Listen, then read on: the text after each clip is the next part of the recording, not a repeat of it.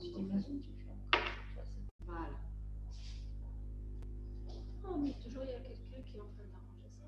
On a fait la dernière fois, c'était celle qui était à la maison qui nous a réglé le problème.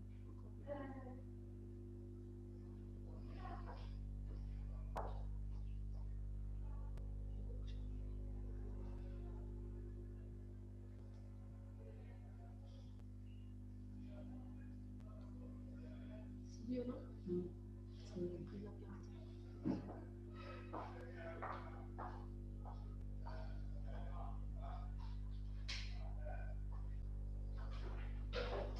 C'est bon, c'est réglé.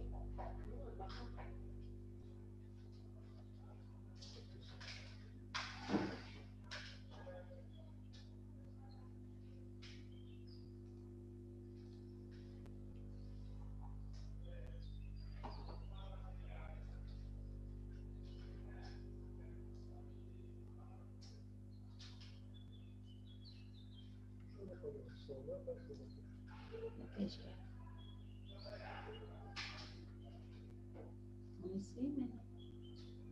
Demande-leur si le son est parfait. D'accord. Ok, donc on peut y aller. Ils ont écrit.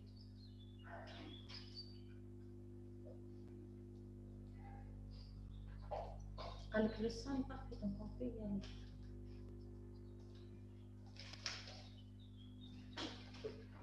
Encore une fois, on s'excuse pour ce désagrément technique. Donc, je disais que c'était une vascularite des vaisseaux et des artères de moyen calibre avec une préférence élective pour les artères coronaires, ce qui fait la gravité de cette pathologie. C'est une première cardiopathie acquise et la deuxième vascularite chez l'enfant. Les complications coronaires surviennent dans 15 à 25% des cas chez les enfants non traités. C'est pour ça qu'il faut impérativement faire le diagnostic et donner un traitement pour diviser ce risque par 5. On passe de 25% à 5 cas en cas de traitement adéquat et donné à temps. La mortalité, elle est inférieure à 0,1%, mais perdre un enfant en bonne santé par Kawasaki et par atteinte cardiaque est toujours un drame, même si ce risque n'est pas très important. Il peut y avoir des récurrences, il y a des familles ou des enfants chez qui on le fait 2 fois, des récidives. Pour l'épidémiologie, la seule épidémiologie dans notre pays dont on dispose, c'est la thèse du professeur Boudia Fouda, qui a mené un travail il y a une dizaine d'années sur ça. Et il y a aussi des pays où c'est le plus répandu, c'est surtout le Japon et l'Amérique latine. Donc, pour la saisonnialité, comme c'est un virus qui peut être, il y a plusieurs paramètres qui ont été dans l'épidémiologie incriminés dans la genèse de cette maladie. C'est encore pas très bien élucidé, mais l'hypothèse d'une virose avant a été retenue, l'hypothèse d'une réaction auto-immune également, l'hypothèse d'une prédisposition à des maladies auto-immunes pour certains, mais ce n'est pas encore vraiment élucidé. Voici les fréquences et les incidences dont on dispose, et c'est une pathologie qui survient dans la petite enfance, mais elle peut être très grave aux âges extrêmes de la pédiatrie, c'est-à-dire si elle survient chez un enfant en préadolescence ou chez un nouveau-né, elle peut être potentiellement plus grave que celle si elle devait être faite par un autre enfant de 1 an à 5 ans. Les facteurs de risque d'atteinte coronaire, c'est lesquels? C'est principalement le retard au diagnostic. Si il y a une fièvre qui persiste au-delà de 5 jours et on va jusqu'au 10e jour, le traitement, il faut qu'il soit débuté impérativement avant le 8e jour pour qu'on ait les chances de réduire ce facteur de risque cardiovasculaire. Les autres facteurs de risque, on en a déjà parlé, c'est le jeune âge et les âges extrêmes de la pédiatrie et surtout la résistance au traitement de première ligne qu'on verra tout à l'heure en détail. Et quand il y a association d'anomalies biologiques telles qu'une anémie inférieure à 10, une hypoalbuminémie, une thrombocytose importante qui va être pourvoyeuse de thrombose et d'anévrisme, l'élévation des enzymes cardiaques. Ça, c'est des facteurs biologiques prédictifs de facteurs de risque quand même élevés. Sur le plan clinique, c'est une pathologie qui quand on a la forme complète, il n'est pas difficile, on ne peut pas passer à côté d'une maladie de Kawasaki. Seulement, il va falloir revoir l'enfant parce qu'il y a une chronologie d'apparition de ces signes cliniques. Ils n'apparaissent pas tous le même jour et ils ne sont pas forcément présents en totalité. Donc, le premier maître symptôme, c'est la fièvre. Cette fièvre, elle doit durer au-delà du 5e jour. Elle peut être associée à une chéléite, à un énanthème, à une conjonctivite bulbaire, comme le montre la photo, à un exanthème. Et cet exanthème et cette éruption cutanée, on sait qu'elle peut vêtir plusieurs aspects. Ça peut être un aspect morbilliforme, ça peut être des lésions en placard, ça peut être un érythème surélevé comme des lésions urticariennes, ça peut être des lésions en cocarde, et elles peuvent se situer n'importe où sur le corps, comme il peut être très fugace, cet exanthème, et on peut le rater si jamais on ne revoit pas régulièrement cet enfant pour pouvoir l'utiliser comme signe prédictif du diagnostic de Kawasaki. Il y a une atteinte des extrémités également, c'est l'érythème qui est caractéristique avec œdème du dos de la main et du dos du pied. C'est un signe quand même qui est très fréquent, surtout chez le nourrisson. Et cette desquamation caractéristique, on voit qui commence en périanal, en péri-orificiel et qui peut s'étendre à tout le corps et elle se fait en doigt de gant. C'est vraiment une desquamation caractéristique, mais l'idéal, c'est de pouvoir faire le diagnostic avant d'arriver à cette desquamation parce que ça donnerait une chance à l'enfant de réduire le risque d'atteinte cardiaque. Il y a aussi un élément très important à l'examen ORL. On peut observer une adénopathie cervicale isolée qui est assez importante, supérieure à 1,5 cm de diamètre. Elle est isolée sans aucun signe inflammatoire par ailleurs, c'est-à-dire il n'y a pas d'angine, il n'y a pas d'otite, il n'y a pas de carie dentaire. Donc, elle accompagne ce tableau de Kawasaki. Quand on a tous ces signes, on va parler d'un diagnostic dans sa forme complète quand il existe au moins 4 signes cliniques de ceux qu'on vient de citer. Donc là, je reviens sur ce tableau avec la cinétique d'apparition des signes cliniques. C'est pour ça qu'il est impératif, il est important de revoir notre enfant régulièrement plutôt qu'il fasse du nomadisme médical et qu'il passe d'une consultation à l'autre. L'idéal, cet enfant qui fait de la fièvre sans aucun foyer infectieux qui peut nous faire douter de la maladie de Kawasaki, vu le risque du problème cardiaque, on doit revoir cet enfant assez régulièrement et on doit voir la chronologie de l'apparition de ces signes. On a la fièvre qui peut apparaître du premier jour et qui peut persister jusqu'au 13e jour en l'absence de traitement. Les lésions buccales et l'énanthème, la chéléite, elle peut se voir entre le 3e jour et le 13e jour. L'atteinte des extrémités également. L'adénopathie qui peut survenir par la suite. Quand on a des formes comme ça atypiques et qui ne sont pas complètes, il y a possibilité d'un diagnostic de maladie de Kawasaki. C'est pour ça qu'il faut revoir l'enfant et rassembler assez de cliniques. On verra tout à l'heure dans les formes incomplètes à quel moment on doit traiter. Donc, en cas de forme incomplète en continu, c'est une fièvre au-delà du 5e jour avec 2 ou 3 critères, ou une fièvre sans beaucoup d'explications.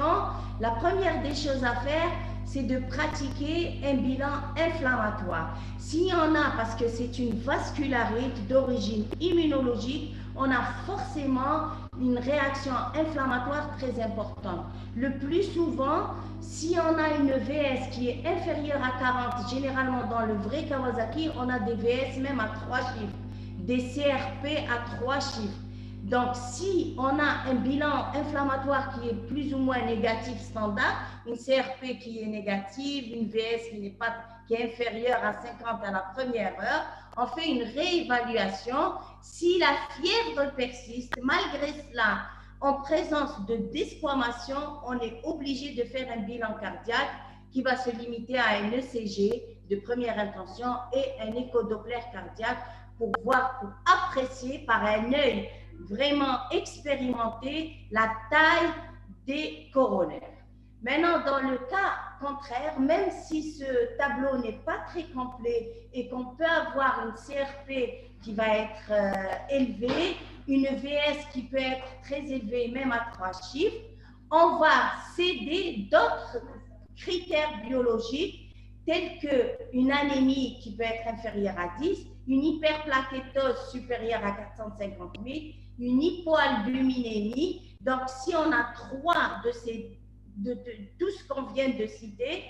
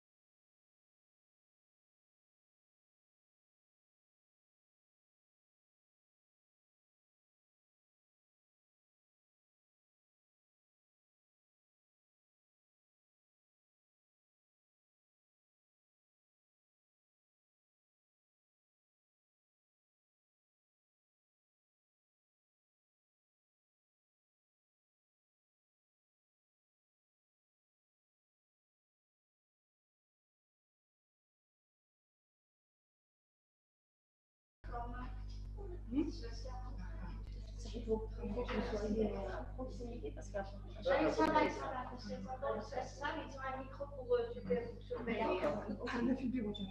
Elle a branché son micro pour surveiller. Ok, donc on revient, on s'excuse encore une fois pour ce désagrément technique. C'est un peu embêtant parce que ça nous coupe en pleine concentration, mais c'est pas grave. On reprend. Il y a la ferritinémie. On disait qu'il y avait une anémie inflammatoire, microstère hypogramme, avec une ferritinémie élevée, une VS très accélérée qui peut aller jusqu'à 3 chiffres à la première heure, une leucocyturie qui peut confondre ou prêter à confusion avec une infection urinaire. Et parfois, ça ne fait que retarder le traitement. C'est pour ça qu'il ne faut pas traiter s'il n'y a pas une infection urinaire documentée. On verra ça sur un cas clinique ultérieurement. Il y a une hypoalbuminémie qui peut être inférieure à 30 mg et une augmentation des transaminases hépatiques. Donc, la première cause de cardiopathie acquise chez l'enfant, on avait dit au début et pendant la définition que c'est une vascularité des artères à moyen calibre avec un tropisme pour les artères coronaires. Les autres artères de calibre moyen peuvent être atteintes, mais exceptionnellement ou rares, mais seulement il faut, si on a des signes d'appel, il faut procéder à un Doppler. Donc, les facteurs de risque d'atteinte coronaire, eh bien, on en a déjà parlé. Le principal facteur, c'est le retard au diagnostic. Parce que quand on traite à temps,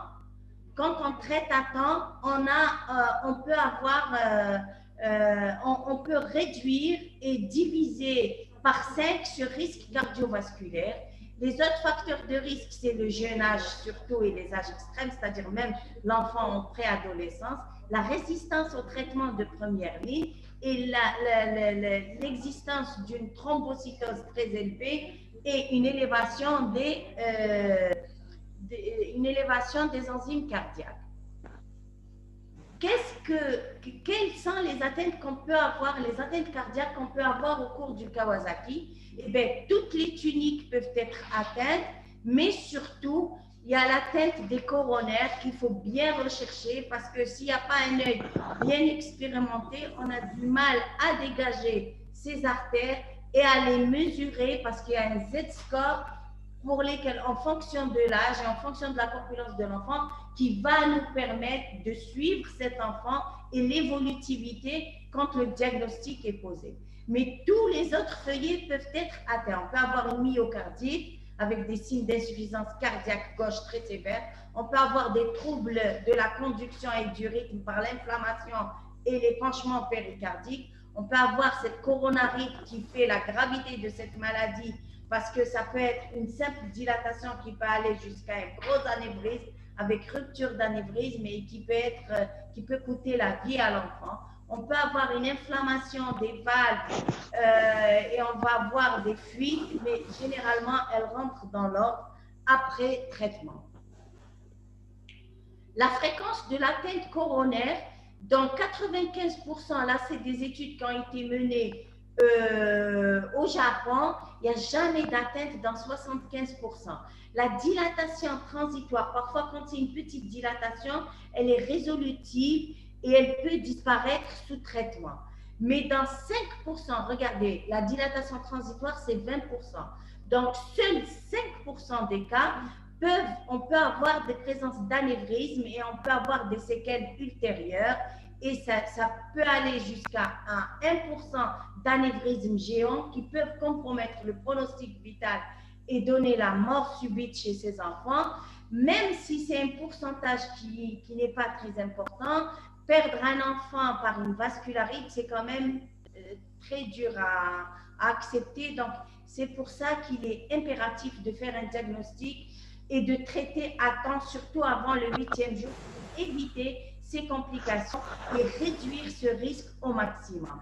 Donc ça, c'est la classification selon le Z-score, c'est un peu la spécialité, mais je tenais à vous la montrer pour vous dire que c'est pas comme ça, c'est à vue d'œil qu'on peut dire il y a dilatation ou il n'y a pas.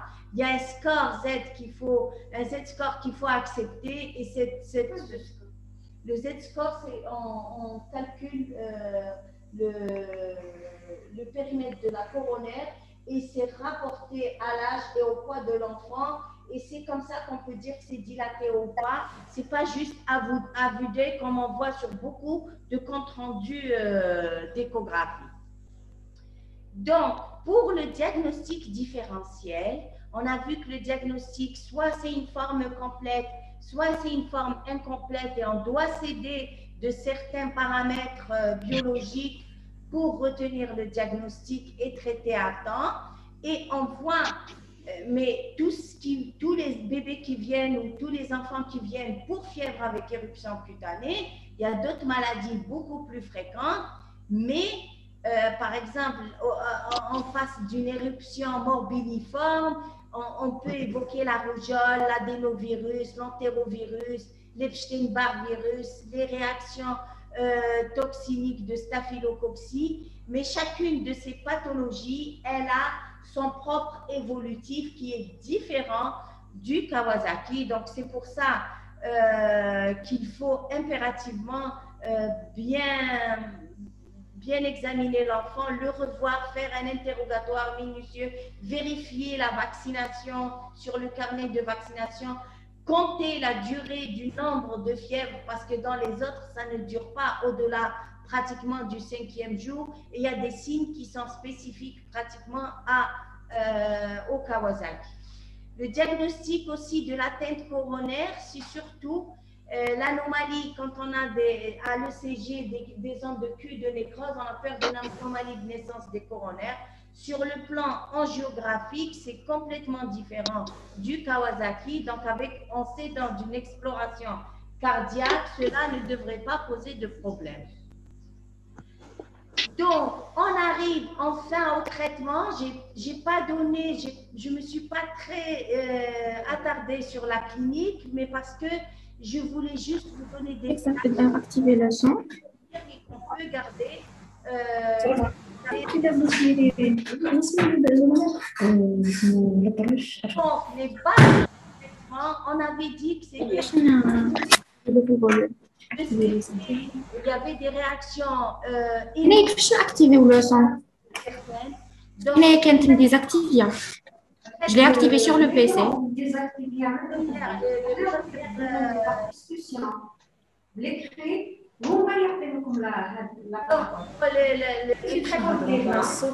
Discussion, quelle discussion? Vos micros, s'il vous plaît, oui.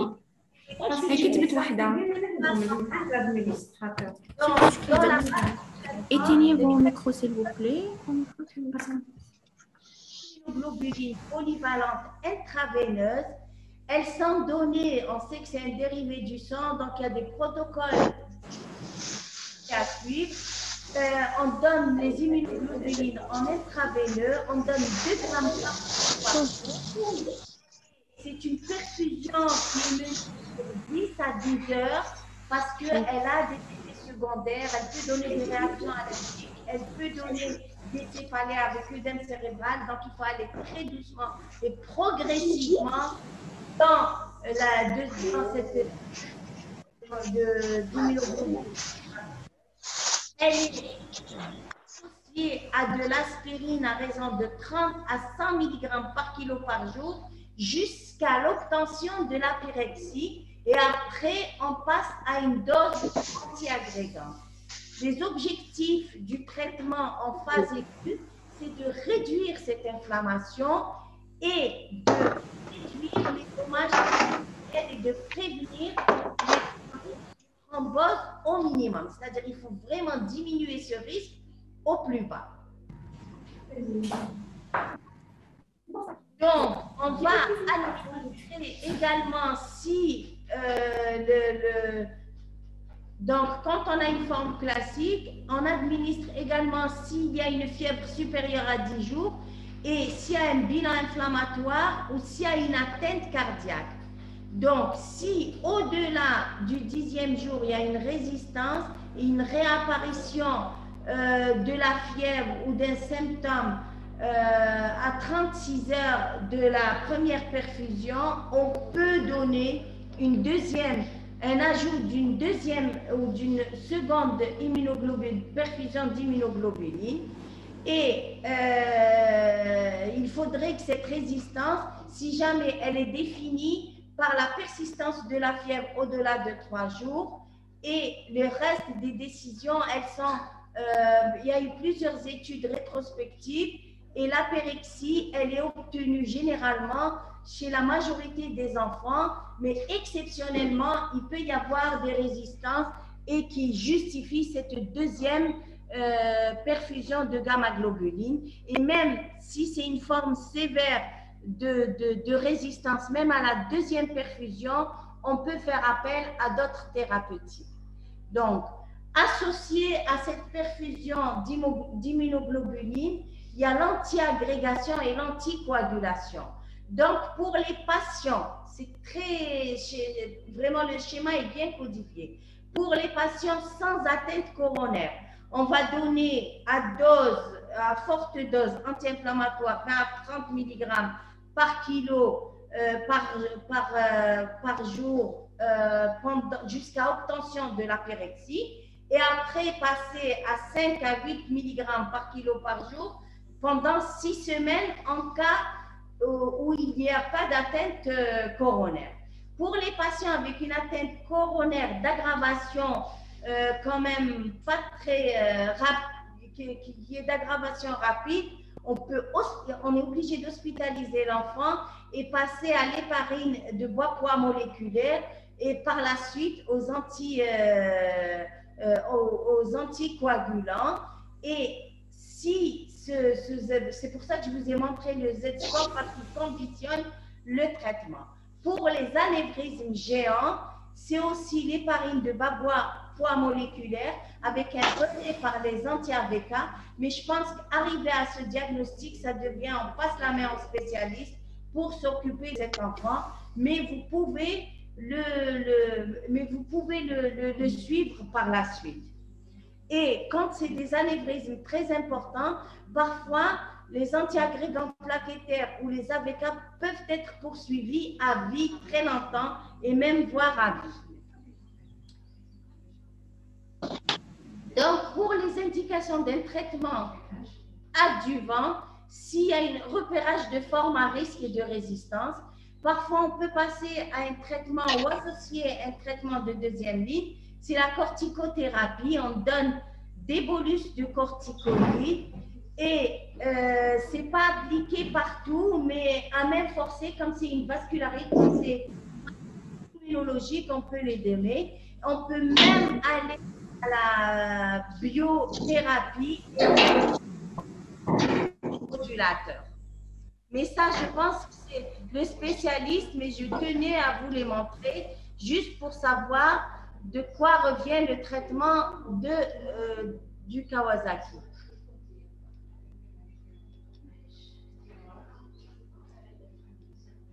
Pour la prise en charge, on en a déjà parlé, c'est bon. Donc, en conclusion, si vous voulez, on va encore revisionner cette image, comme ça vous allez le fixer. Si le bilan est négatif, même s'il y a 5 jours de fièvre, il faut surveiller l'enfant. S'il y a apparition de desquamation, faire une écho-cœur. Maintenant, si le bilan avec une fièvre ou même pas très importante et on fait un bilan inflammatoire qui est positif, si on a 3 de ces signes biologiques associés, on traite l'enfant. Donc, en conclusion, on arrive à la fin de ce premier topo. La maladie de Kawasaki constitue la première cause acquise cardiovasculaire chez l'enfant. C'est la deuxième vascularite après le purpura rhumatoïde. 80% des enfants qui sont atteints sont âgés de moins de 5 ans. Elle peut se compliquer d'atteinte cardiaque dans 15 à 25% des cas, mais seul 1% des cas, cette fréquence, elle est réduite, elle est divisée par 5 si le traitement est institué à temps, et seul 1% de ce taux pourrait compliquer de forme grave. Le diagnostic, il reste clinique. Il y a des formes trompeuses et incomplètes qu'il faut quand même connaître et évoquer le diagnostic. Y penser pour traiter précocement, ça nous permettra de gagner du terrain, de gagner du temps pour éviter les complications cardiaques.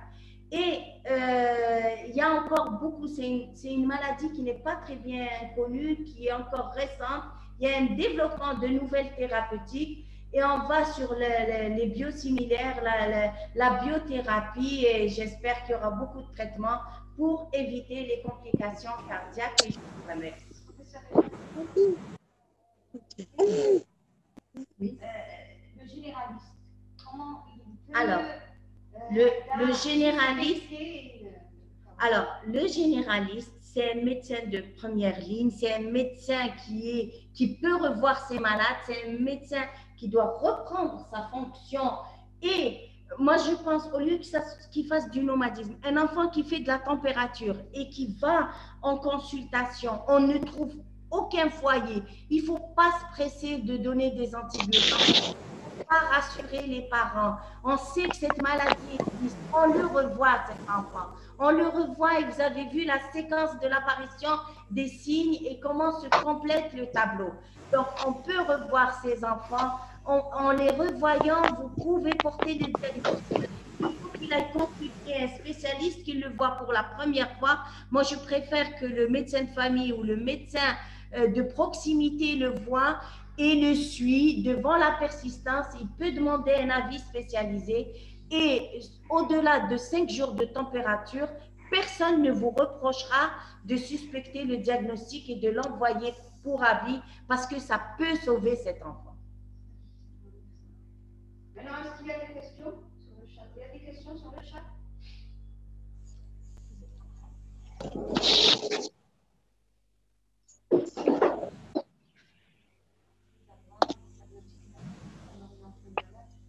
Vers un spécialiste pour le...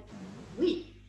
Si on suspecte le diagnostic, on doit impérativement l'envoyer. Vous savez, les immunoglobulines, c'est un traitement, quand même, c'est un dérivé du sang, c'est un traitement lourd qu'on ne peut pas donner dans les polycliniques, mais par exemple, un généraliste qui est affecté dans un service de pédiatrie qui est au sud, qui est dans une région où il ne peut pas évacuer l'enfant, s'il a une forte suspicion, nous restons à votre disposition.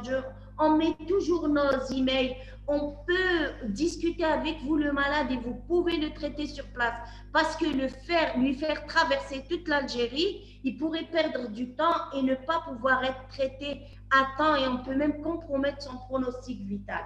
En plus des risques de la route, il y a le risque de la maladie qui est encore plus grave si on lui fait traverser toute l'Algérie. Donc, on peut demander l'avis et on peut traiter sans problème, même sur place. Alors, je pense que là, comment on fait la différence entre le Kawasaki et la rougeole?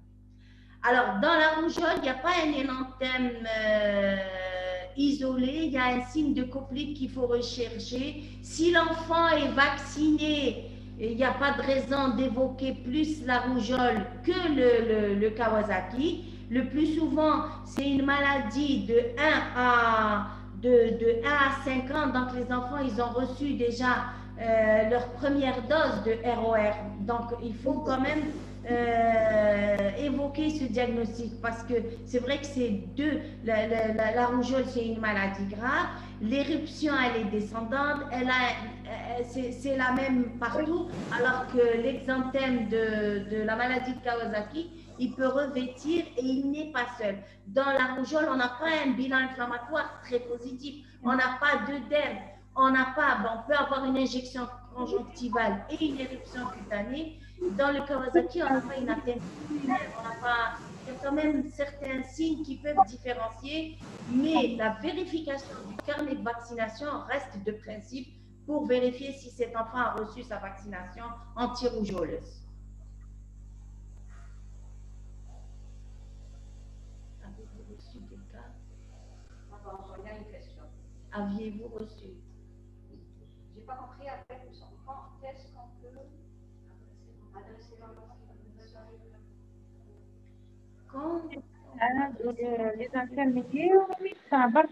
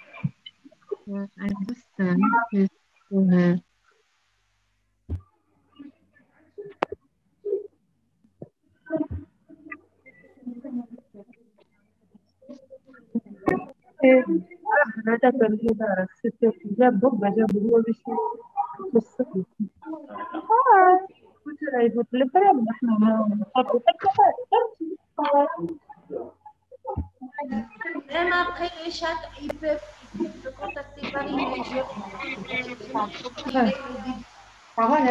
الحمد لله. هاد المقامات ولا تعاودي تبغي هاد. نعم. إذا تقدري تعاوديها لي. راني ترى أطلب ليلى. إيه. يمكن. اسمع عندها لاطات هذه كانت ماشي شريت خدمت ديجا 3 لي زوردون سيرفيس دوابل. معليش على لاطات تاع اليوم. تاع اليوم. واسمك؟ بشوفي.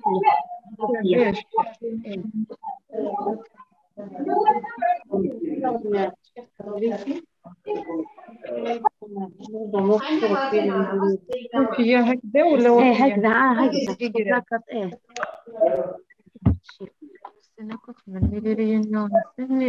S'il vous plaît, les autres participants, éteignez vos micros, s'il vous plaît.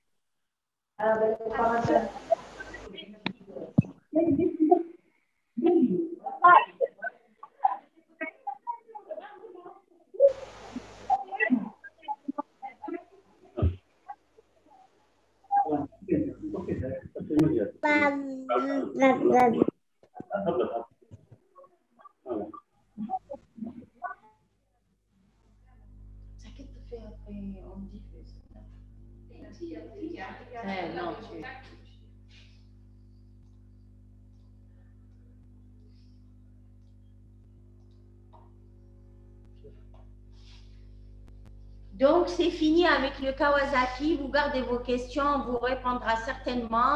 On passe au deuxième thème, qui sont les malaises de l'enfant. Ces malaises de l'enfant, c'est un motif de consultation très fréquent. Souvent, les enfants qui sont stressés à l'école peuvent faire un malaise et ils les conduisent vers les unités de dépistage scolaire. Souvent, ils vont dans les polycliniques et les centres de proximité. Ils ramènent un enfant tout pâle ou qui a perdu connaissance ou qui a senti un malaise. Donc, c'est quand même un motif de consultation assez fréquent en pédiatrie. Fort heureusement, il y a beaucoup, ce malaise peut induire beaucoup d'inquiétude et d'angoisse, mais le plus souvent, il est d'origine réflexe et bénigne. Les causes cardiaques qui sont potentiellement graves sont fort heureusement rares, mais elles restent dangereuses. Donc, il va falloir les dépister. Leur fréquence réelle, la fréquence réelle des malaises est certainement plus élevée parce qu'il y a des enfants qui reprennent et tout, donc les parents ne s'inquiètent pas. Mais le plus souvent, c'est une angoisse pour les parents et le médecin qui accueille cet enfant en plein malaise. Les symptômes de survenue inopinée, c'est-à-dire c'est inattendu, l'enfant est en train de jouer, il peut faire un malaise, il peut être en classe, il peut faire un malaise, il peut être dans un bus, il peut faire un malaise, il peut être dans une atmosphère confinée, il peut faire un malaise. Après, une perte de connaissance surtout. Ça peut être une sensation de l'hypothymie, comme ça peut être une perte de connaissance entière. Les manifestations, généralement, elles sont impressionnantes, conduisant la famille à consulter en urgence et dans le cadre de l'urgence. Donc, ce malaise, de quoi il peut être fait? Regardez, il est intriqué. Il peut s'agir d'apnée, de vertige, de sueur, de dyspnée, de modification du comportement, d'une hypotonie brutale, d'une hypertonie, de mouvements anormaux, d'une bradycardie, d'une tachycardie, voire syncope ou l'hypothymie. On peut imaginer que ce malaise peut gonfler tout seul. Je l'ai configuré ainsi. Pourquoi je l'ai configuré ainsi? Parce que dans ce malaise, le plus souvent, il est d'origine vagale, donc bénin, mais il peut être d'origine neurologique, il peut être d'origine cardiaque, ce qui fait la gravité de ce phénomène. C'est pour ça qu'il faut vraiment distinguer les cas graves des cas banals. Donc, la problématique de ce thème, c'est qu'il faut rassurer sans méconnaître la pathologie grave. C'est vrai que plus de 90% des malaises sont d'origine vagale et bénin, mais ça ne veut pas dire qu'on va ignorer le petit pourcentage qui peut être grave. Donc, ces malaises, ils sont fréquents et généralement bénins. Il y a 15 à 30% des enfants qui ont au moins un malaise dans leur vie. Ils peuvent présenter ça avant l'âge de 18 ans. Il ne faut pas banaliser un malaise simple parce qu'il peut nous mener vers quelque chose de très grave. Et il ne faut pas non plus multiplier des examens complémentaires. Donc, c'est pour ça, quand vous recevez un enfant, surtout s'il est déjà réveillé, maintenant, si c'est un enfant dont le malaise ne récupère pas, on est obligé de l'évacuer. Si l'enfant a récupéré, on fait un interrogatoire policier avec les parents. Qu'est-ce qu'on va rechercher? Et on fait un examen minutieux. Qu'est-ce qu'on va rechercher à l'interrogatoire? Les antécédents de cardiopathie, les antécédents de mort subite dans la famille, les antécédents de malaise après les pas. Tout ça peut nous diriger vers une cause cardiaque. Les antécédents d'asphyxie néonatale, les antécédents d'épilepsie familiale ou personnelle. Tout ça peut simuler une absence et faire un malaise, et ça peut être une origine neurologique. Comme ça peut être un simple malaise banal, mais c'est à l'interrogatoire qu'on peut déjà gagner du terrain et gagner du temps pour un peu orienter notre examen clinique et surtout nos investigations. On ne va pas tout faire tout azimut, c'est coûteux pour les parents, c'est coûteux pour l'État et c'est parfois inutile. Donc, l'examen clinique également doit être minutieux. On recherche une cicatrice d'intervention chirurgicale, on fait une bonne prise de tension artérielle, une bonne auscultation cardiaque, on prend la saturation de l'enfant, on prend sa tension artérielle, parce que tout ça peut être sujet à des malaises. Donc, s'il n'y a pas de contexte de cardiopathie, soit c'est arrivé au repos, on va décrire ce malaise, on peut compléter par un examen clinique, un interrogatoire minutieux, un ECG. Si tout ça revient normal, on va le stader comme étant soit un malaise vagal, soit une tachycardie orthostatique sinusale, soit il est d'origine neurologique ou psychiatrique. Maintenant, si c'est dans un contexte de cardiopathie ou d'effort, là, on doit faire le bilan cardiaque. Donc, les principaux motifs de consultation en cas de malaise, c'est soit une syncope,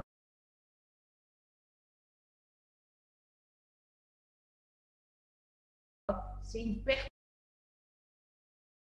de connaissance brutale, soit c'est de l'hypothymisation, ses jambes ne le portent plus cet enfant, soit c'est juste un accès de cyanose et souvent une pâleur plus que de la cyanose.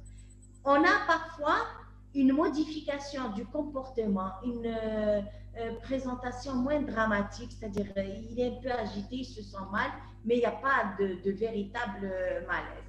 Si ce malaise est non résolutif, il nécessite une prise en charge spécifique. Il faut évacuer ce malaise vers une structure appropriée. Maintenant, si ce malaise est résolutif, la prise en charge sera guidée en fonction de l'âge de l'enfant. Si c'est une adolescente après une mauvaise note ou parce qu'elle a été criée par la surveillante générale, c'est certainement une DNV. Mais il faut quand même, cela ne nous empêche pas de faire un bon examen clinique, un interrogatoire et s'il le faut, un ECG. S'il y a une ancienneté de malaise, c'est-à-dire c'est des malaises qui récidivent, là on est plus interpellé par quelque chose d'organique, donc il faut quand même faire un minimum de bilan. Si le caractère est isolé ou répété de ce malaise, s'il y a des critères de gravité, il met du temps pour reprendre, il y a un déficit après la reprise, il y a une confusion après la reprise. Et si on a déjà à l'arrière-pensée une étiologie selon les antécédents de l'enfant ou de sa famille. Donc, à l'anamnèse, il faut rechercher la notion de mort subite chez des adultes jeunes dans la famille, parce qu'il y a 3 pathologies qui peuvent donner des malaises d'origine cardiaque. C'est ce qu'on appelle maladie à 3 lettres, c'est le Wolff-Parkinson-White, c'est le QT lent et l'hypertrophie, c'est la cardiomyopathie hypertrophique de l'enfant, obstructive. Ces 3 cardiopathies à 3 lettres sont pourvoyeuses de malaise et voire de décès. Il y a aussi les habitudes chez les enfants un peu plus jeunes. La description du malaise et de circonstances. Est-ce que c'est un malaise qui arrive dans une atmosphère confinée? Est-ce que c'est un malaise qui est arrivé durant le bain par diffusion de monoxyde de carbone? Est-ce que la température est très élevée dans l'endroit où c'est arrivé? Est-ce que c'est précédé par des prodromes ou non? Donc, tout ça peut nous aider pour poser le diagnostic. Mais il y a quelque chose de très important, vu que c'est la cause cardiaque qui est la plus grave, même si elle est rare. S'il y a un malaise juste avant l'effort parce qu'on est stressé, ou pendant ou juste après l'effort, on considère que l'origine cardiaque est évoquée au premier plan et c'est un enfant qu'il faut envoyer pour un examen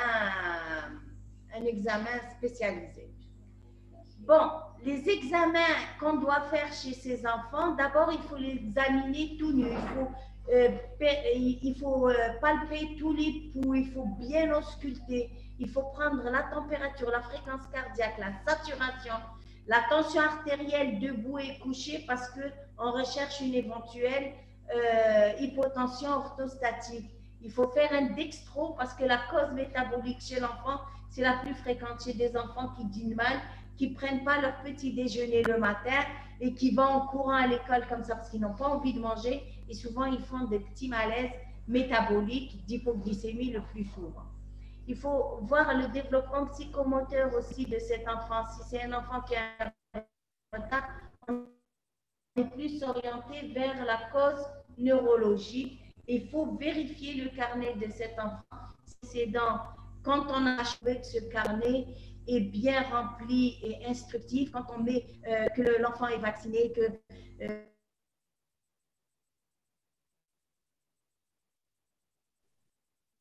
sur sa période néonatale, qu'est-ce qui s'est passé, le nombre de consultations, les moments neurologiques et des hypotonies ou une apnée. Il y a aussi dans les causes neurologiques les manifestations psychiatriques. C'est une attaque de panique ou d'angoisse. C'est un enfant qui vient et brutalement il vous dit j'arrive pas à respirer, je n'arrive pas à me mettre debout, je me sens mal et tout. Donc ça, c'est des attaques, ce qu'on appelle des attaques de panique et des crises d'angoisse. Elle peut accompagner après par la suite un état léthargique ou pré-syncopal. On a parlé des symptômes cardiaques. On va parler maintenant des symptômes, neurologiques. On va parler tout de suite des manifestations cardiaques. On a soit des tachycardies, soit des palpitations, soit une oppression thoracique, soit un accès de pâleur. Ça, c'est les signes cliniques les plus fréquents quand il s'agit d'atteinte cardiaque. Maintenant, un contexte de cardiopathie, on recherche les antécédents familiaux, comme on l'a déjà dit, je le répète parce que c'est un critère très important. Il y a les antécédents personnels de cardiopathie, de troubles du rythme, d'enfants porteurs de pacemaker, d'enfants porteurs de maladies génétiques, métaboliques ou génétiques cardiaques qui peut expliquer ces malaises. Mais la présence de palpitations cardiaques avant, pendant ou après le malaise oriente vers une pathologie cardiaque et cet enfant doit bénéficier d'un avis en cardiologie pédiatrique. Les autres étiologies maintenant, toutes les étiologies confondues, c'est lesquelles? Il y a les malaises vagaux, c'est les plus fréquents, ils constituent plus de 90% des malaises. Il y a les malaises d'origine neurologique qui sont plus fréquents que les malaises d'origine cardiaque. Il y a les malaises cardiaques qui sont rares, voire exceptionnels, mais qui peuvent être graves parce qu'ils sont pourvoyeurs d'arrêt cardiaque. Il y a le syndrome de tachycardie orthostatique posturale. Ça, c'est une dénomination pour dire qu'il y a des enfants, quand ils se mettent debout parce qu'on les appelle, parce qu'on les a stressés, ils font une tachycardie. Mais elle est bénigne. C'est un peu comme un malaise vagal, mais avec une tachycardie. Il y a la tachycardie sinusale inappropriée. En fait, c'est la même chose. C'est presque la même chose entre le syndrome de tachycardie orthostatique et la tachycardie sinusale inopinée qui peut disparaître sans traitement et qui peut être déclenchée par le stress. Et en faisant le Holter, en faisant le CG, cet enfant, on ne retrouve aucune anomalie électrique. Maintenant, même si elles sont rares, on va parler des causes, des principales causes de maladies cardiaques chez l'enfant. Et on a les sténoses aortiques serrées parce qu'il y a une mauvaise irrigation, il y a une hypoxie au niveau de tous les organes. Il y a la cardiomyopathie hypertrophique qui peut être pourvoyeuse de malaise et de décès, on en a déjà parlé. Il y a les troubles du rythme, je vous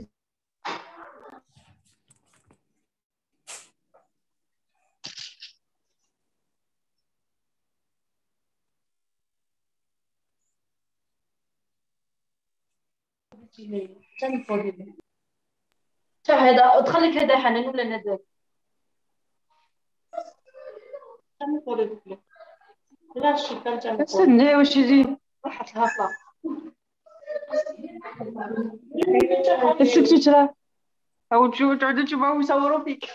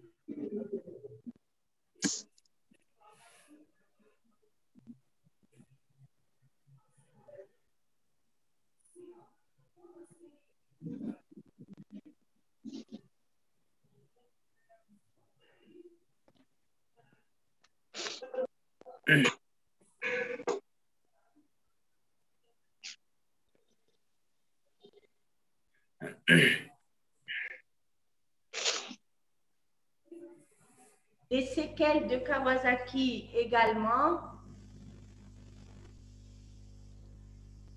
Les séquelles de Kawasaki également, quand on a des sténoses post-Kawasaki, des sténoses ou des anévrismes importants, ils peuvent être à l'origine par la suite de malaise et d'infarcissement. Il y a la cardiomyopathie hypertrophique, il y a le syndrome de QT lent, le syndrome de QT court, le Wolff-Parkinson-White. Mais moi, je pense faire le diagnostic, dépister et suspecter une cause cardiaque et passer la main au spécialiste et faire un ECG, de calculer le QT pour qu'on ait une... Donc, le QT lent congénital, on va s'étaler là-dessus. Tout le monde sait calculer le QT lent corrigé. Chez l'enfant, il doit être supérieur à 0,40 pour parler d'un QT lent. Donc, on a la formule de Bazette, elle est là. Elle est affichée, on peut la faire, vous prenez votre ECG, vous calculez le QT corrigé sur 3 dérivations, vous faites la moyenne, si vous suspectez, vous l'adressez en urgence et du temps dans sa prise en charge. Donc, il y a aussi le QT court, on parle de QT court corrigé, quand on calcule le QT corrigé, il est inférieur à 330 millisecondes et le QT lent, il est supérieur à 440, voire 460. Donc, c'est une formule, n'importe qui peut le calculer sur un ECG. Donc, la deuxième pathologie, c'est la voie de réentrée de préexcitation, c'est le Wolff-Parkinson-White. On n'a pas, le PR est tellement court, il n'existe presque pas, il y a une onde de préexcitation delta qui lance ce QRS.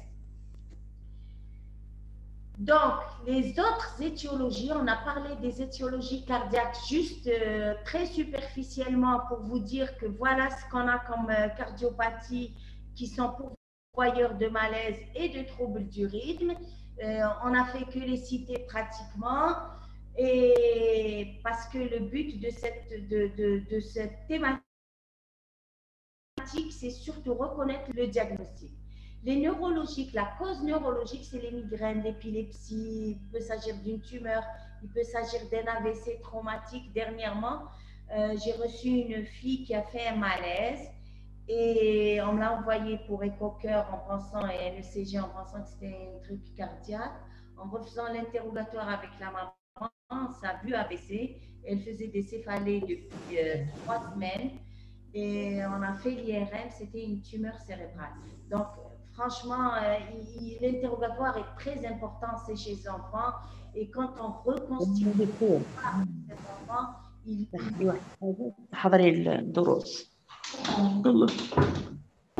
métaboliques la plus fréquente, c'est les hypoglycémies. C'est des enfants, même s'ils n'ont pas de maladie métabolique particulière, c'est des enfants qui partageait et qui traîne, qui s'oublie, qui ne mange pas, qui joue et tout. Et il peut faire un malaise hypoglycémique à l'effort ou durant un stress d'un examen ou quand la séance de cours est très longue et qu'il n'a pas bénéficié d'un petit déjeuner qui pourrait lui faire tenir jusqu'à la sortie de l'école. Il y a les psychogènes et il y a les jeux dangereux. Je ne sais pas si vous vous rappelez du fameux jeu de foulard qui a tué plein d'enfants à l'étranger et qui peut être à l'origine de cette pathologie. Les malaises neurologiques, ça peut donner les migraines et le malaise vagal. Les malaises d'origine psychiatrique, surtout l'attaque de panique. Il y a des enfants, surtout les adolescents, c'est des crises de tétanie ou de spasmes. Et elles n'arrivent plus à bouger, elles se plaignent de ne rien voir, de voir un flou visuel. Elle n'arrive pas à bouger, elle a l'impression qu'elle va mourir dans les secondes qui suivent, mais c'est une véritable attaque de panique. Donc, les malaises vagaux, c'est les plus fréquents, ils représentent plus de 90% des cas. Ils surviennent après une stimulation puissante du système parasympathique, soit après un effort, une émotion, une contrariété, lors d'un épisode douloureux, vraiment intense, qui n'est pas supporté, en atmosphère confinée ou chaude.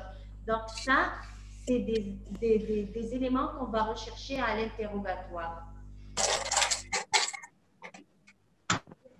Le syndrome de tachycardie orthostatique posturale, c'est des enfants qui sont bien, qui font des palpitations avec des lipothymies. Elle est fréquente chez l'adolescente, comme je vous ai dit, c'est l'expérience est élevée.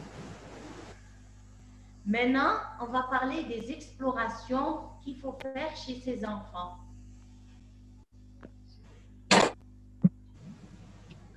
L'ALCAPA, c'est l'anomalie de naissance des coronaires.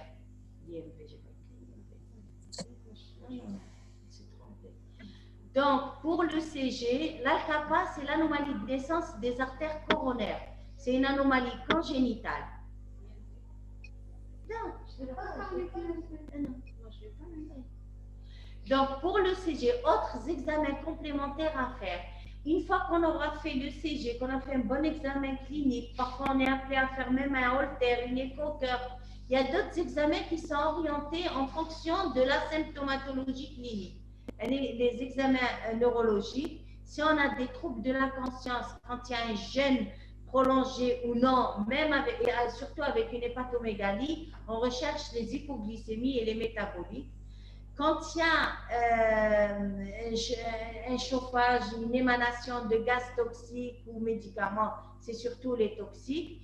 Quand il y a des conflits et des situations anxiogènes, c'est les psychologues.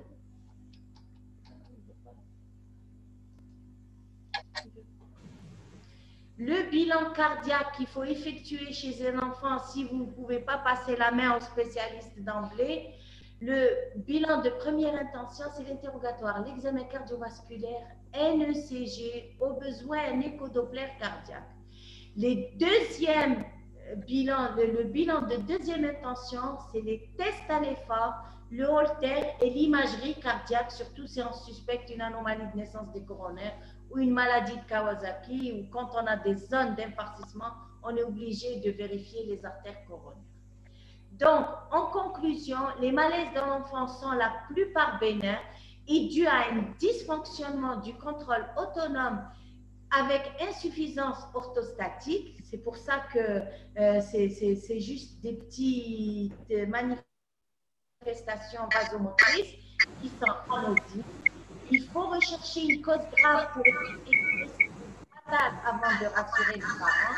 La cause cardiaque est rare mais reste potentiellement grave et dangereuse.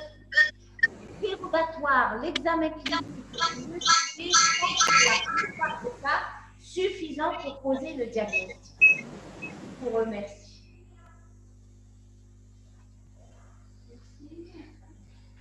Voilà, j'ai essayé de...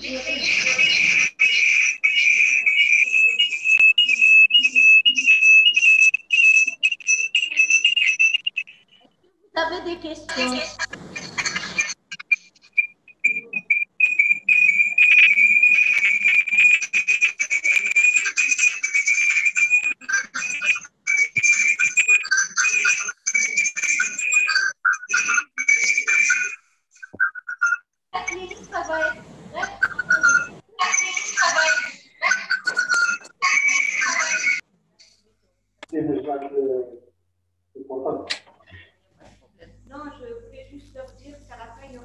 privé. D'accord. Ok. Donc, je peux disposer.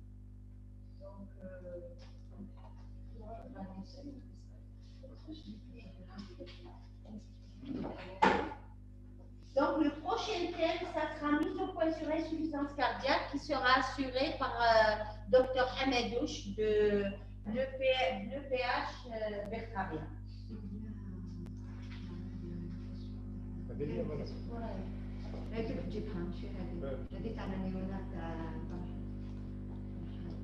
Alors, il y a dès le chapitre.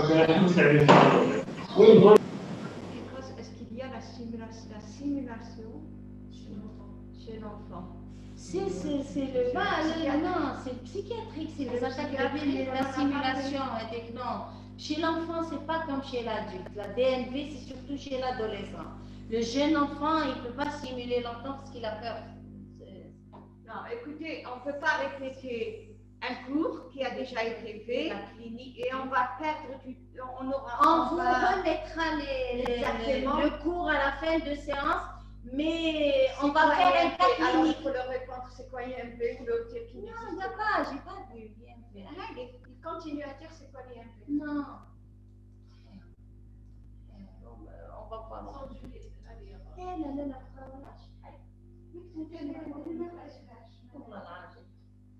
Non.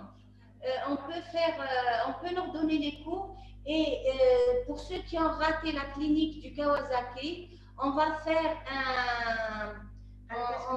un cas clinique, on va reprendre un peu la clinique du Kawasaki dans les cas cliniques qu'on verra par la suite, après la communication de Madame Hamedouche.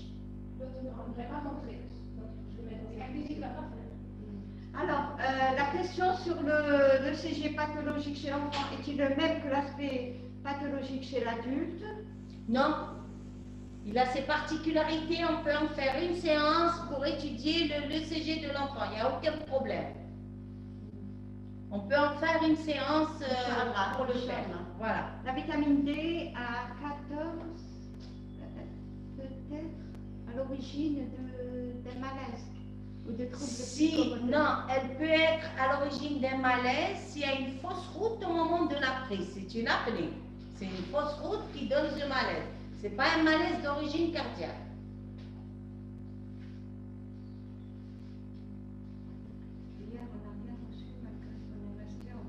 Et si l'envoi a été fait chez l'enregistrement, je vais voir comment vous le... C'est quel... C'est maintenant. D'accord, ok. J'ai laissé mon micro ouvert, je suis partie à une autre réunion et je suis revenue à 14h pour annuler pour quitter la réunion. Pour quitter je vous laissais ouvert. Je pense que grâce à flash,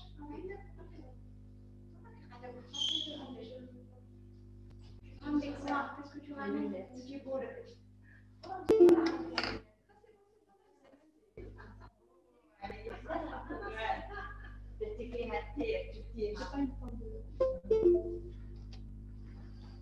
Et alors, elle m'a dit, ça fait 3 semaines, ça va mieux. Oui. Tu m'as dit. J'ai enlevé le plâtre, mais c'est une déchirure. Donc je mets maintenant la tête de polyester. Voilà. Je sais pas. Alors, c'est quoi? Alors, insuffisance cardiaque. Oui. Pour présenter, j'espère que ce sera plus clair, plus net. Ah, très bien. Voilà.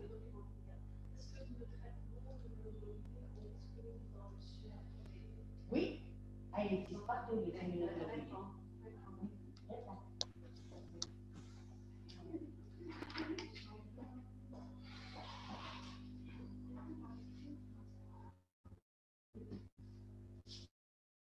Ça y est? Alors on passe à notre sujet, l'insuffisance cardiaque aiguë de l'enfant. Le généraliste. Non, non, c'est pas tout le cours. Je vais insister sur certains. Voilà, c'est une Alors moi je vais continuer là-dessus.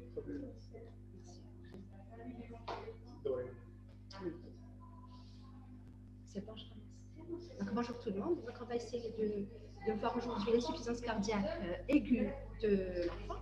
Donc, vous allez voir, vous, dans votre pratique quotidienne, vous travaillez, je suppose, pour la majorité, essentiellement avec des adultes. Alors, la défense cardiaque chez l'enfant aura certaines particularités, donc il y aura certaines différences avec l'adulte. Donc, on va voir ça. Alors, l'insuffisance cardiaque est une situation certes rare en pédiatrie, mais c'est une cause qui est quand même importante de morbidité et de mortalité. Alors, comment l'enfant va se présenter? Alors, il y a deux situations. Donc, lorsque l'enfant va venir aux urgences ou à votre consultation, il y aura essentiellement deux situations. C'est soit vous êtes confronté à un enfant qui est déjà connu comme étant cardiopathe. Donc, dans ce cas-là, le diagnostic, si jamais il fait une défense cardiaque, sera plus ou moins facile parce que vous êtes déjà averti. La deuxième éventualité, c'est que c'est un enfant qui va consulter, il aura des signes de défense cardiaque, mais c'est un enfant qui n'est pas connu cardiopathe. Donc, dans ce cas, vous allez voir que les signes de défaillance cardiaque chez le nourrisson ne sont pas toujours évidents, donc il faut être vigilant. Alors, la majorité, et là aussi c'est un élément quand même important, la majorité des défaillances cardiaques surviennent la première année de vie, dans 90% des cas. Alors là, c'est une donnée épidémiologique qui est importante. D'accord?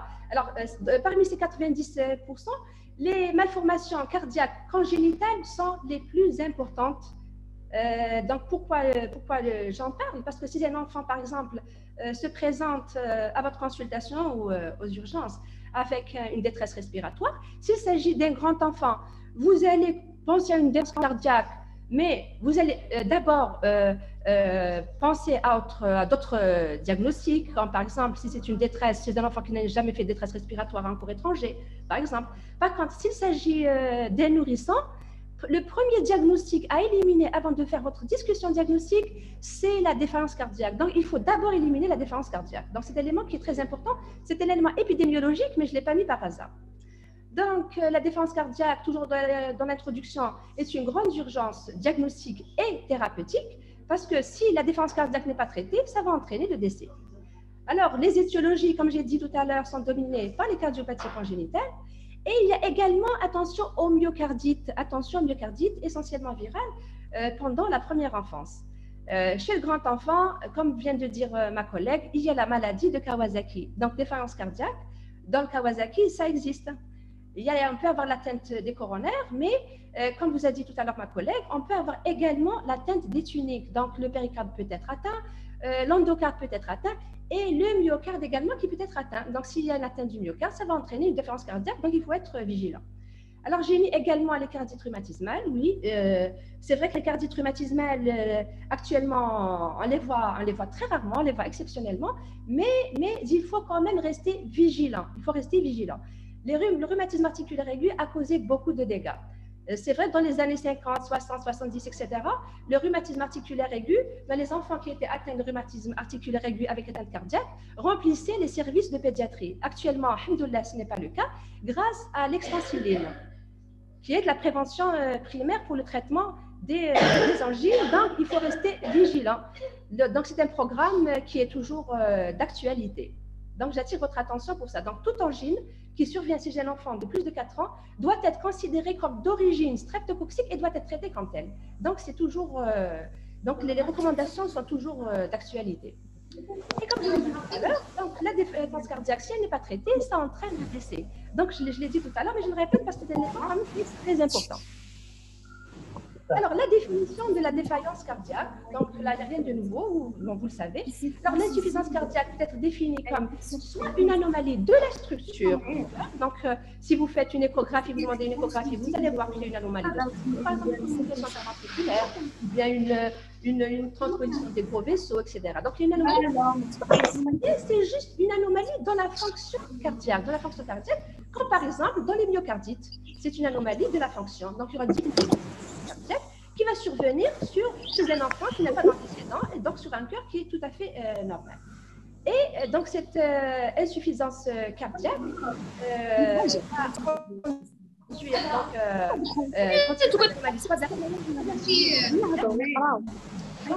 ça conduit de l'oxygène à du métabolisme des tissus. D'accord, donc On ne peut pas dire on ne peut pas donner un chiffre bien déterminé du débit par rapport à l'enfant. Tout dépend du métabolisme de chaque enfant. Alors, on parle d'insuffisance cardiaque et parfois on parle d'insuffisance cardiaque congestive. Donc, je voulais éclaircir un petit peu ça. Alors, en général, quand on parle d'insuffisance cardiaque, on sous-entend l'insuffisance cardiaque congestive. Donc, c'est quoi sa définition? Donc, c'est un syndrome clinique d'étiologie variée dans lequel le cœur est incapable de pomper suffisamment de sang pour les besoins métaboliques du cœur, entraînant une congestion vasculaire pulmonaire. Donc, ça, c'est la définition, c'est l'insuffisance cardiaque habituelle. Pourquoi? Parce qu'on peut avoir une insuffisance cardiaque qui n'est pas congestive, mais en général, on n'en parle pas. Elle n'est pas congestive, c'est-à-dire, c'est dans le cas, par exemple, où il y a une diminution de la précharge. Un enfant, par exemple, qui a saigné, qui est très déshydraté, donc il n'y a pas assez de sang au niveau des ventricules, et automatiquement, le débit cardiaque va diminuer. Donc là, c'est vraiment des exceptions. Alors, en général, quand il y a une atteinte cardiaque sur le plan fonctionnel ou sur le plan organique, comme j'ai dit tout à l'heure, on parle d'insuffisance cardiaque congestive. Donc, sur le plan pratique, quand on parle d'insuffisance cardiaque ou d'insuffisance cardiaque congestive, on parle de la même entité. Donc, sur le plan physiologique, je vais passer très rapidement. Vous savez que le débit cardiaque, c'est la fréquence cardiaque que multiplie le volume d'éjection systolique. Donc là aussi, j'attire votre attention. Donc, quand on parle d'insuffisance cardiaque chez l'adulte, vous avez chez un malade qui présente une déférence cardiaque, soit une insuffisance cardiaque gauche, soit une insuffisance cardiaque droite. Et assez souvent, c'est une insuffisance cardiaque gauche qui se complique. Elle devient également droite et globale. Alors, la particularité chez l'enfant, c'est qu'en général, la déférence cardiaque est d'emblée globale. Alors, toujours, je reste dans les types de déférence cardiaque, là, c'est pour éclaircir un petit peu les choses. Alors, on va voir, donc la déférence cardiaque gauche, c'est le type le plus courant, donc essentiellement chez l'adulte. Chez l'enfant, rapidement, il y a la tête droite. Donc, sur le plan clinique, quand on reçoit l'enfant, très souvent, c'est une insuffisance cardiaque qui est globale. Alors, je reviens à l'insuffisance cardiaque gauche. Donc, le ventricule gauche ne pompe pas correctement le sang vers le corps. Et au fur et à mesure que la maladie progresse, du liquide va s'accumuler dans les poumons. Donc, vous imaginez un petit peu, d'accord? Ce qui rend la respiration difficile. D'où, comme signe clinique de défaillance cardiaque, la dyspnée. La dyspnée chez l'enfant ou bien également chez l'adulte quand ça se complique.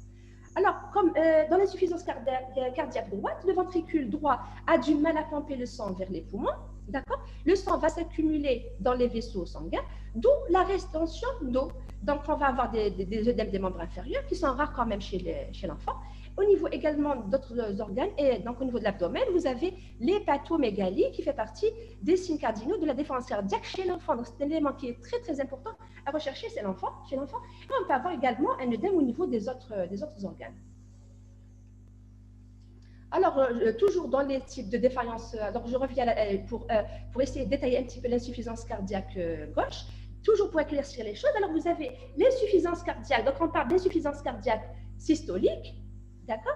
Et vous entendez parler également d'insuffisance cardiaque diastolique. Alors, dans l'insuffisance cardiaque systolique, c'est le muscle du ventricule gauche qui ne se contracte pas normalement. Donc, il y a un problème de contractilité, d'accord? Le muscle ne se contracte pas bien, ce qui va entraîner une diminution du débit cardiaque. Donc, c'est un problème de myocarde, un problème de contractilité. D'accord. Par contre, l'insuffisance cardiaque diastolique, le ventricule gauche ne peut pas se distendre, c'est-à-dire le muscle lui-même, il peut se contracter, mais pour un bon remplissage, pour remplir les ventricules, on peut pas, le ventricule ne va pas bien se distendre. Donc, automatiquement, on aura une diminution du débit cardiaque. Donc, dans ce cas-là, quand il s'agit de déférence cardiaque diastolique, il pourrait s'agir soit d'un problème du myocarde qui est atteint, dans le cas, par exemple, de la cardiomyopathie restrictive, il y a un problème de distensibilité, d'accord, il ne peut pas se distendre, ou bien c'est un problème de péricarde, comme par exemple la péricardite constrictive, qui est secondaire très souvent, un problème de tuberculose. On est un pays quand même endémique, il faut y penser. Donc, sur le plan rappel physiopathologique, donc ça sera très restreint. Donc, il s'agit d'un déséquilibre qui se produit entre les trois systèmes neuro-hormonaux. Donc, le système rénine, angiotensine, aldostérone. Donc, en cas de déférence cardiaque, donc, il y a une tension hydrosodique. Vous avez le système nerveux sympathique, il y aura une tachycardie pour essayer de maintenir un début cardiaque plus ou moins normal. Et vous avez également le système peptidique natriurétique qui a une fonction protectrice. Donc là, je vais vous résumer rapidement la physiopathie. On va voir un petit peu les détails après. Donc, en cas de défaillance cardiaque, donc insuffisance cardiaque, le débit cardiaque va diminuer. Comme il y aura une diminution du débit cardiaque, la pression pulmonaire va augmenter, ce qui va entraîner la dyspnée. Le débit cardiaque est diminué, activation du système sympathique, donc vasoconstriction. Et également, vous avez le système rénine-angiotensine et une rétention hydrosodée, ce qui va expliquer, par exemple, les œdèmes, avec une rétention hydrosodée avec du sel. Donc, on donne des diurétiques pour diminuer également non seulement l'eau, mais également le sel. Donc là, c'est toujours dans la physiopathie, donc j'en ai parlé tout à l'heure. Donc, initialement, dans les mécanismes d'adaptation de l'insuffisance cardiaque, il y a l'amélioration de la contractilité, vasoconstriction périphérique, rétention hydrosodée, pour maintenir une tension plus ou moins normale. Mais à un certain moment, donc ces paramètres seront dépassés et l'insuffisance cardiaque, les signes d'insuffisance cardiaque vont apparaître. Donc, comment vous allez reconnaître une défaillance cardiaque? On va voir après les signes cardinaux, mais lorsque l'enfant va se présenter en consultation, parfois c'est des signes qui ne sont pas très orientateurs vers un problème cardiaque. Donc vous allez voir, c'est un enfant qui a des difficultés à s'alimenter, une transpiration excessive, ou bien un enfant qui ne prend pas de poids. Pourquoi? Parce qu'il dépense vraiment de l'énergie. Donc, on peut prendre ça parfois pour des coliques ou bien pour une infection respiratoire. Donc, il faut toujours faire attention quand il y a un problème respiratoire ou quel que soit le signe chez le nourrisson ou chez le nouveau-né. Il faut penser, comme je vous ai dit tout à l'heure, quel que soit le signe, il faut penser à la défaillance cardiaque qu'il faut éliminer avant de faire un diagnostic différentiel pour rechercher une autre étiologie. Donc, là, je vais vous donner les signes qu'on peut retrouver chez le nourrisson. Donc, j'insiste parce que c'est vraiment important. Comme je l'ai dit au niveau de l'introduction, 90% des défaillances cardiaques surviennent chez le nourrisson. D'accord. Et le tableau n'est pas stéréotypé. Donc, les signes, on peut avoir comme des signes généraux, digestifs ou respiratoires. Comme signes généraux, il peut avoir une pâleur, une sueur, une agitation.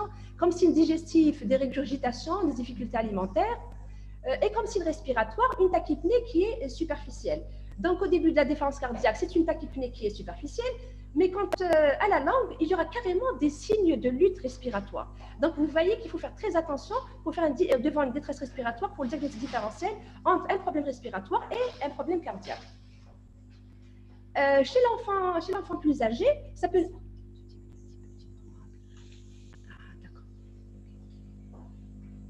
Alors, chez les enfants plus âgés, qu'est-ce qu'il peut présenter comme signe? C'est juste une asthénie, par exemple. Donc, quand un enfant est ramené par ses parents, on vous dit que c'est un enfant qui se plaint de fatigue, il faut penser à un problème cardiaque. Alors, en général, quand il s'agit d'un grand enfant, il peut avoir un problème de cardiopathie congénitale qui s'est compliqué, mais il faut essentiellement penser à un problème de cardiomyopathie. Il faut penser essentiellement à ça. D'accord, mais quand même, il faut penser à un problème cardiaque. Il peut s'agir d'une intolérance à l'exercice. Donc, c'est un enfant qui est par ailleurs très bien, qui ne se plaint pas de fatigue, mais à l'exercice, si. Ou bien une angoisse qu'on n'arrive pas à expliquer. Donc, un enfant qui présente une angoisse, quand on n'arrive pas à l'expliquer, il faut penser à un problème cardiaque. Ou bien, ça peut se manifester également par des douleurs abdominales, rarement thoraciques. Alors, chez l'adulte, donc je suppose que pour la majorité, vous avez l'habitude de travailler avec des adultes. Donc, ça peut se manifester chez l'adulte par des douleurs thoraciques, mais chez l'enfant, non, c'est des douleurs abdominales. Donc, des douleurs abdominales inexpliquées, attention, il faut faire une discussion diagnostique. Il peut s'agir d'un problème cardiaque et non pas d'un problème abdominal. Donc, toujours dans le chapitre reconnaître une défaillance cardiaque, donc vous voyez, je m'attarde un petit peu parce que c'est important, d'accord? Donc, le diagnostic de la défaillance cardiaque ne va pas se faire par l'échographie. D'accord? L'échographie, c'est vrai qu'elle va détecter la défaillance cardiaque, mais pour demander l'échographie, il faut avoir des signes cliniques. Donc, il faut penser à la défaillance cardiaque. C'est pour ça que j'insiste sur les signes de défaillance cardiaque.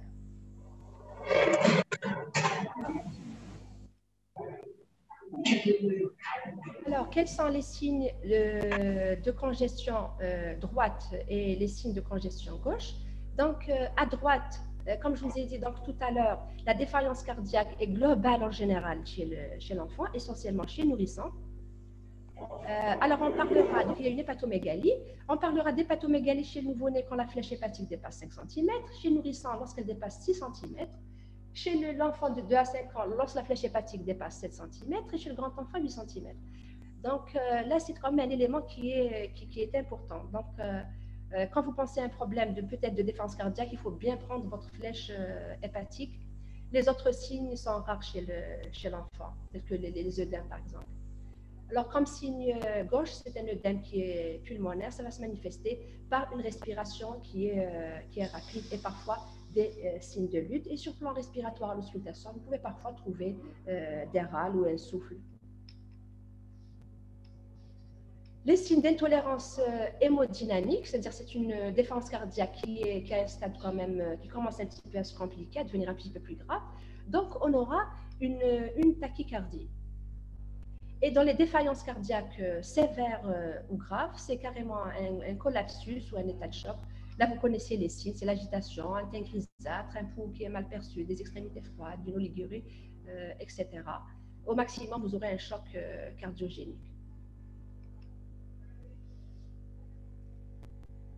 Alors, quand vous allez examiner l'enfant, donc si vous pensez à un problème de défaillance cardiaque, si l'enfant est relativement bien, donc il faut quand même faire attention à certains signes cliniques qui peuvent d'emblée vous orienter vers un problème de diagnostic étiologique.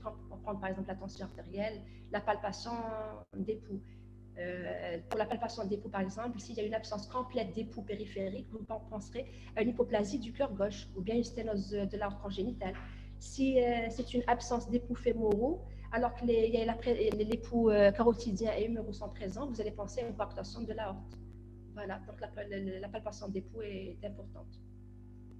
Et vous rechercherez, comme je vous ai dit tout à l'heure, une tachycardie ou bien une bradycardie. Une tachycardie qui est importante lorsqu'elle dépasse les 200 vous fait orienter vers un problème peut-être de troubles du rythme qui aurait entraîné une défaillance cardiaque. Donc, ça peut être l'étiologie de la défaillance cardiaque et non pas un signe simple de défaillance cardiaque. Donc, retenez plus de 200, il faut quand même faire attention. C'est peut-être une orientation diagnostique. Donc, en conclusion, ce qu'il faut retenir chez l'enfant, voilà, c'est les points cardinaux. Vous avez 4 points cardinaux qui vous orientent vers un problème cardiaque, essentiellement 3 signes cliniques et un signe radiologique. Là, comme signe clinique, vous avez la tachycardie, vous avez la tachypnée, l'hépatomégalie, donc je pense que vous connaissez tout ça. Et quand vous faites un cliché thoracique, vous trouverez en général une cardiomégalie. Voilà. Et pour parler de cardiomégalie, c'est important, donc vous avez l'indice cardiothoracique. On parle de cardiomégalie chez l'enfant lorsque l'indice dépasse 60, chez le nourrisson lorsqu'il dépasse 0,55, et chez l'enfant, quand il dépasse 2 ans, c'est comme l'adulte, chez l'adulte, donc quand l'indice cardiothoracique dépasse les 0,5. Mais voilà, donc au même temps que vous recherchez une cardiomégalie, il faut voir la vascularisation pulmonaire, il faut analyser la vascularisation pulmonaire. Pourquoi? Parce que ça pourra vous aider ensuite pour la discussion diagnostique. Vous allez voir est-ce que les poumons sont clairs ou bien les poumons sont chargés. Ils sont clairs quand il n'y a pas assez de sang qui arrive aux poumons, comme lorsqu'il y a par exemple une sténose pulmonaire. Quand il y a une sténose pulmonaire ou donc isolée ou bien dans le cas de la tétralogie de Fallot, vous allez voir que les poumons sont clairs. Ou bien dans les cardiopathies à poumons chargés, lorsqu'il y a beaucoup de sang qui arrive au niveau des poumons, comme dans le cas par exemple, il y a un chaîne gauche-droite comme la CIV, donc c'est une CIV qui est large, ou bien dans la transposition.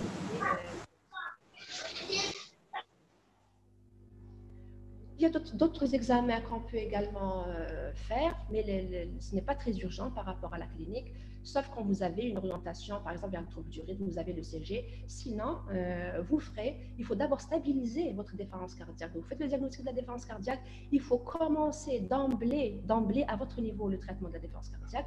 Vous allez ensuite demander l'échographie. Les autres examens, comme le cathétérisme, etc., c'est selon l'intérêt.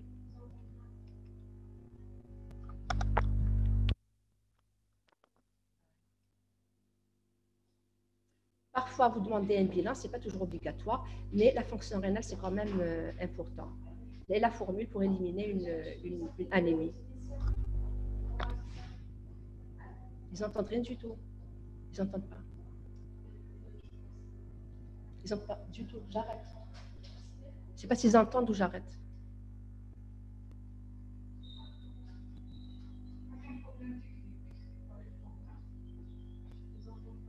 Du tout.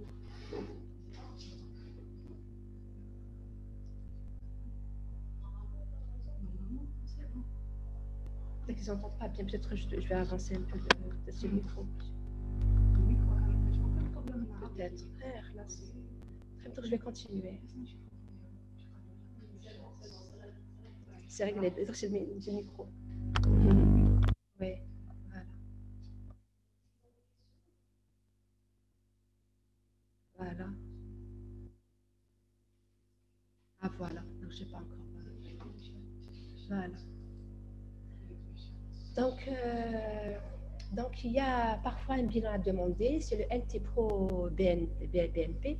Donc, c'est un peptide natriurétique qui est sécrété par les myocytes qu'on peut doser, donc on peut demander au niveau du laboratoire. Quand la symptomatologie clinique est difficile, donc c'est quand c'est un enfant qui présente une détresse respiratoire, pour trouver l'hépatomégalie c'est difficile, etc., on est gêné, on peut demander le NT-proBNP qui sera augmenté en cas de défense cardiaque, mais en cas de détresse respiratoire d'origine pulmonaire, il sera normal.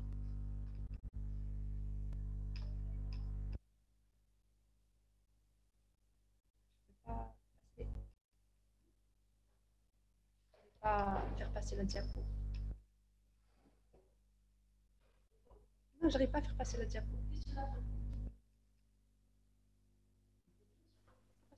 C'est bloqué.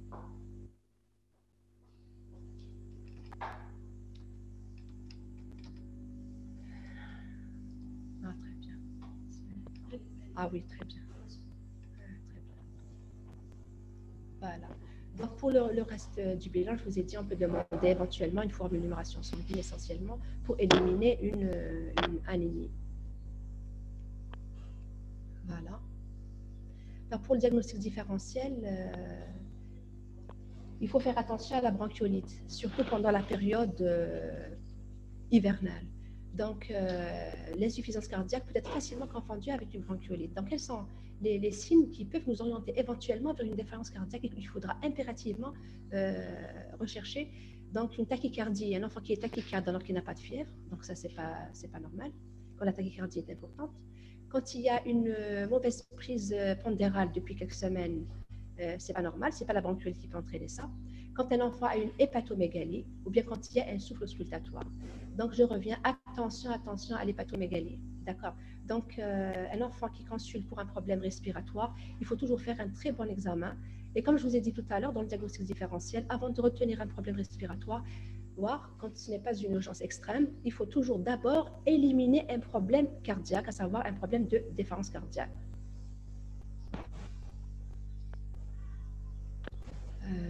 Voilà, donc pour le diagnostic de gravité sur plan clinique, donc comme je vous ai dit tout à l'heure, au stade extrême, c'est un choc cardiogénique. Il y aura une souffrance multiviscérale, on peut avoir un OAP, un accident thromboembolique.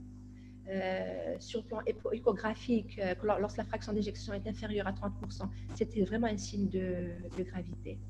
Et la gravité de la pathologie, la gravité de la défaillance cardiaque est également liée à la pathologie. Donc, c'est grave quand il s'agit de cardiopathie congénitale complexe. Donc, les messages à faire passer, je répète encore, ce n'est jamais suffisant. Alors, devant toute détresse respiratoire, donc c'est ça le plus important, le reste, vous pouvez le lire dans les bouquins. Alors, il faut palper le foie, c'est très important. Donc, un enfant qui présente une détresse respiratoire, vous le mettez en condition, etc. Mais il faut après palper et bien palper le foie. Et si c'est une détresse respiratoire qui a nécessité quand même de demander une radio, une imagerie thoracique, il faut calculer l'indice cardio-thoracique. Autre chose aussi qui est important, alors quand un enfant présente une détresse respiratoire avec des troubles hémodynamiques, il faut palper le foie. C'est un organe qui est très important, qui nous aide dans la discussion diagnostique. Pourquoi? Avant de faire le remplissage vasculaire. Imaginez si c'est un enfant qui est en détresse, si vous trouvez des troubles hémodynamiques, par exemple la tension artérielle est basse, les tachycardes, etc., il ne faut pas remplir.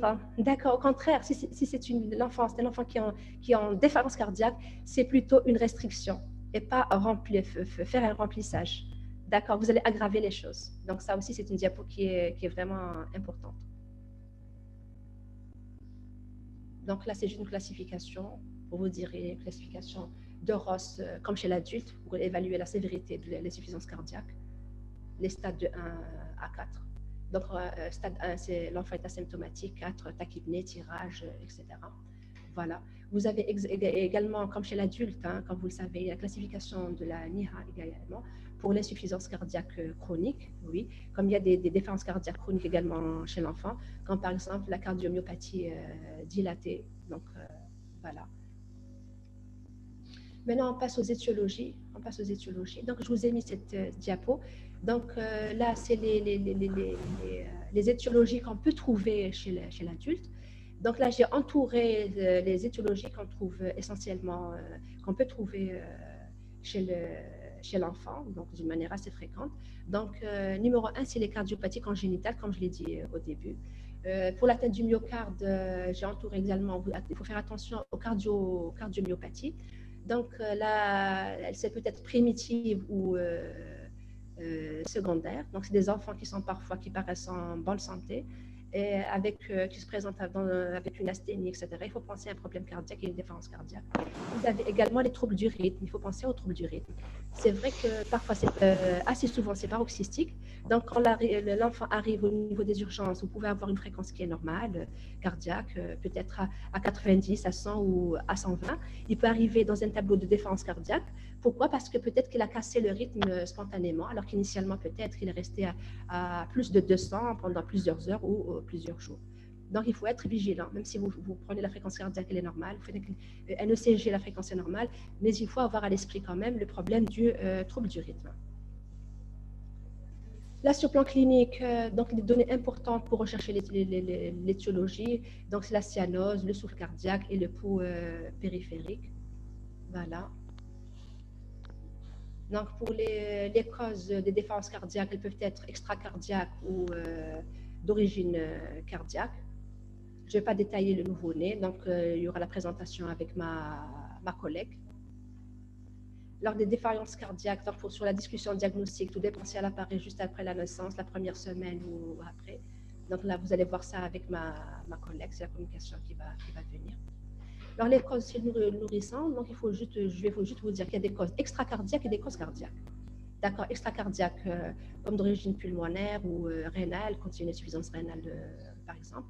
Les causes cardiaques, je reviens, c'est les cardiopathies congénitales essentiellement, les troubles du rythme, les cardiomyopathies. Donc, je reviens, c'est essentiellement les trois groupes d'étiologies qui peuvent entraîner une défaillance cardiaque. Ah oui, d'accord. Alors, les cardiopathies congénitales les plus diagnostiquées chez le nourrisson sont la persistance du canal artériel, donc c'est fréquent, la communication interventriculaire large, c'est la communication interventriculaire large qui peut entraîner une défaillance cardiaque, et vous avez également le canal atrio-ventriculaire qui survient assez souvent sur un terrain comme la trisomie 21. Voilà. Alors là, j'ai mis cette diapo juste pour vous parler un petit peu d'une entité. Il y a une relation vraiment très étroite entre le cœur et le rein. Quand il y a une défaillance cardiaque, ça peut retentir sur le rein, parce qu'il y aura une diminution quand même du débit rénal, ça peut entraîner une insuffisance cardiaque. Et on va se retrouver avec un cercle vicieux. Inversement, si le prime moment 20, c'était une insuffisance rénale, il y aura une rétention hydrosodée, ça va surcharger le cœur et on peut avoir une défaillance cardiaque. Donc, vous voyez qu'il y a cette entité qu'on appelle syndrome cardio-rénal. Je ne vais pas détailler, vous pouvez lire, juste pour vous dire qu'il y a cette entité qui existe et elle peut être grave, ça peut même arriver au décès. Voilà, je ne vais pas trop détailler. Voilà. Ça, c'est le traitement. Donc, on arrive au traitement. Donc, comme j'ai dit tout à l'heure, l'insuffisance cardiaque, c'est une urgence thérapeutique. Quelle que soit son étiologie, elle nécessite un traitement symptomatique, un traitement étiologique. En tout cas, le traitement symptomatique est très important. Donc, quand vous recevez un enfant qui présente une défaillance cardiaque, il ne faut pas s'acharner à rechercher l'étiologie. Il faut d'abord rapidement faire un traitement symptomatique. Après, vous allez faire votre discussion diagnostique une fois que vous aurez mis en condition l'enfant, donné la thérapeutique, et en général, c'est les diurétiques, vous allez voir. Vous allez après rechercher l'étiologie. Donc, le traitement symptomatique est très, très important. Vous n'allez pas envoyer l'enfant pour faire une échographie. Ça, c'est vraiment grave. En cours de route, l'enfant peut décéder. Donc, je répète, l'urgence, c'est le traitement symptomatique. D'accord. Voilà. Donc, vous allez agir sur quoi? Vous allez agir sur la fréquence cardiaque. Donc, on peut utiliser la digoxine. C'est la meilleure indication actuellement pour la digoxine. C'est quand il y a un trouble du rythme avec tachycardie. Vous allez agir sur la précharge, donc pour prévenir les signes de congestion, pour les traiter, c'est les diurétiques et les vasodilatateurs. Pour agir sur la post-charge et diminuer les résistances, vous avez les vasodilatateurs. Et pour agir également sur la contractilité, c'est-à-dire pour l'améliorer, vous avez les inotropes. Donc, ceux qui sont connus, c'est la dopamine et la dobutamine, mais il y a d'autres qu'on va voir ensuite. Et ce qui est assez nouveau, c'est pour prévenir le remodelage myocardique. Donc, pour contrôler l'activation neuro-hormonale, on donne les bêta-bloqueurs et les IEC. Alors, vous allez donc dans le traitement, vous avez les mesures générales que vous connaissez. Je ne vais pas trop m'y attarder. Donc, vous avez le repos, il faut vous mettre de l'oxygène, restriction hydrique. Ça, c'est très, très important pour la restriction hydrique. Un régime hyposodé et un régime, un apport calorique quand même normalement augmenté par rapport à l'âge de l'enfant parce qu'il a quand même une dépense énergétique importante, comme par exemple lorsqu'il a une tachypnée, la tachycardie, tout ça, ça consomme de l'énergie. S'il a une anémie, donc c'est pour ça que je vous ai dit tout à l'heure, dans le bilan, on peut éventuellement demander une formule pour rechercher une anémie. Donc si c'est un enfant qui a une hémoglobine qui est inférieure à 8, il faut transfuser l'enfant, mais le transfuser avec un débit qui est quand même très lent. Alors qu'à 8, si c'est toléré, si c'est une anémie ferriprique, même à 6 ou à 5, on ne transfuse pas dans le traitement. Donc, si c'est un enfant qui a présenté une défense cardiaque, c'est l'indication de transfusion. Mais comme je vous ai dit, vous n'allez pas les surcharger, il faut faire très, très attention. Transfusion, mais il faut transfuser avec un débit qui est très lent. Parfois, on arrive à une ventilation quand la détresse respiratoire est grave. Donc, le meilleur traitement dans la défense cardiaque, vous avez les diurétiques qui sont utilisés en phase congestive. Vous avez le Lasix, donc comme vous le savez, donc je ne vais pas trop détailler la présentation.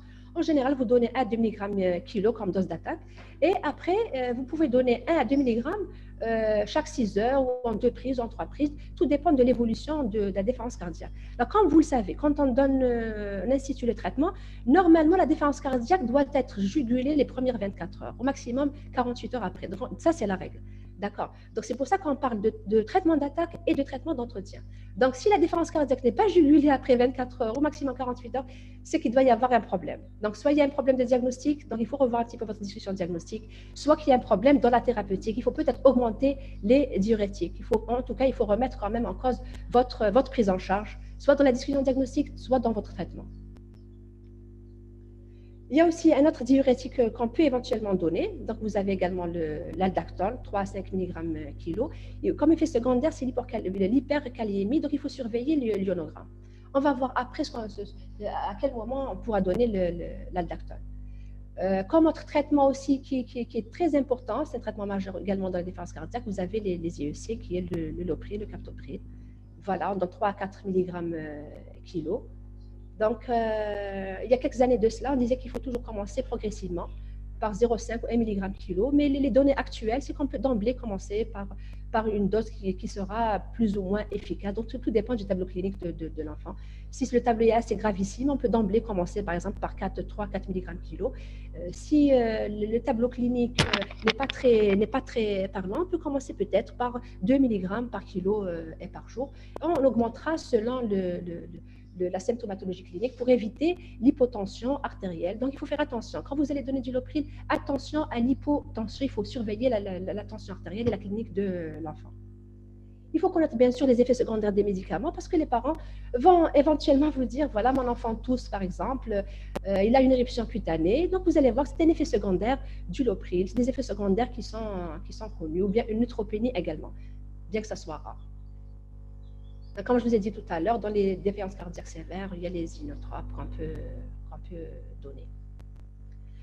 Alors là, pour ce qui concerne la digoxine, donc anciennement utilisée comme le principal traitement de la défaillance cardiaque, mais avec les nouvelles recommandations de ces pratiquement 15 dernières années, ce n'est pas le traitement le plus important. Donc, comme je vous ai dit tout à l'heure, c'est pour ça que j'ai commencé d'abord par les diurétiques.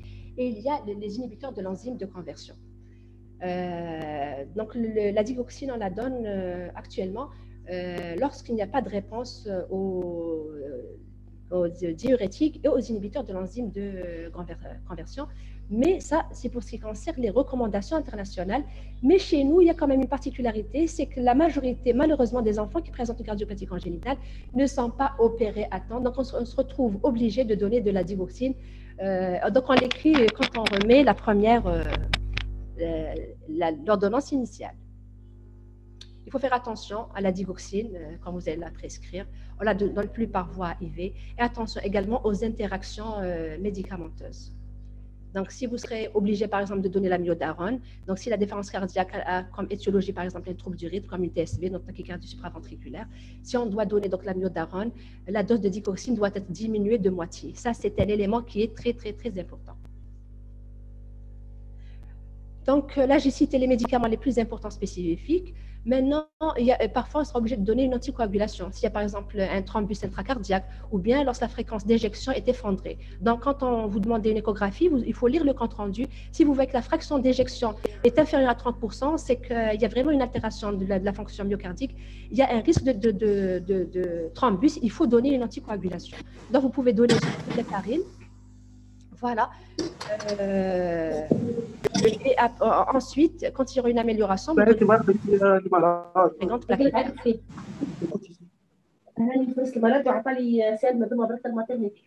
il y a les bêta-bloqueurs, il y a le carvedinol également. Là, c'est une nouveauté. Donc, il a un effet bénéfique dans l'insuffisance cardiaque chronique. Donc, là, c'est un médicament qu'on ne peut pas donner au moment de la phase aiguë. Il est contre-indiqué à la phase aiguë. Donc, on le donne une fois que la déférence cardiaque sera jugulée. On le donne en général après 3 à 4 semaines.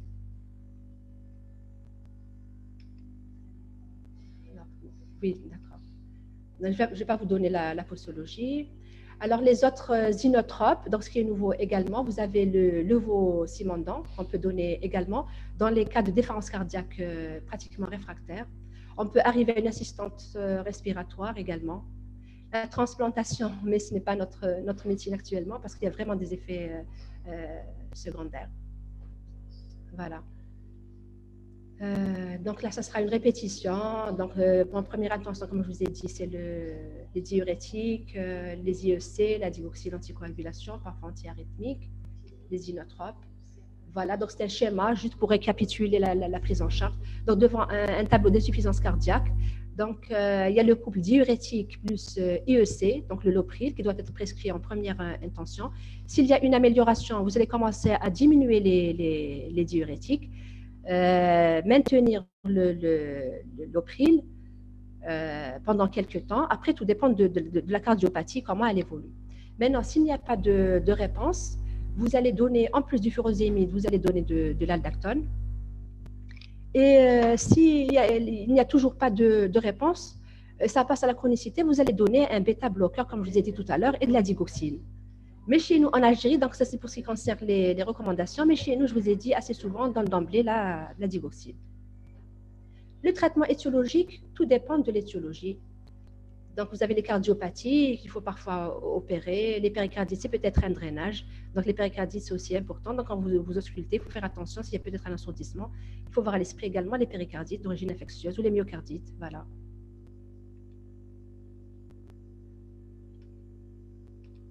Vous avez votre surveillance clinique. Paraclinique, on peut refaire le bilan, essentiellement la fonction rénale. Comme je vous ai dit tout à l'heure, on peut avoir un syndrome cardio-rénal. La formule, si l'enfant présente, qui prend par exemple du lopril, peut présenter une neutropénie. Le CG, surtout quand il s'agit de troubles du rythme. Si vous donnez la digoxine, vous surveillez par un ECG. Voilà. Donc là, j'en ai parlé tout à l'heure. Donc là aussi, j'en ai parlé tout à l'heure. Donc, pour le suivi, il faut vérifier l'observance du traitement. Donc, c'est insuffisant de donner une ordonnance, la remettre aux parents. Il faut vérifier quand même l'observance. Il faut être pratique. D'accord. Il y a des parents qui ne se permettent même pas d'acheter tous les médicaments. Donc, il faut faire un bon interrogatoire et voir que l'enfant reçoit réellement son traitement.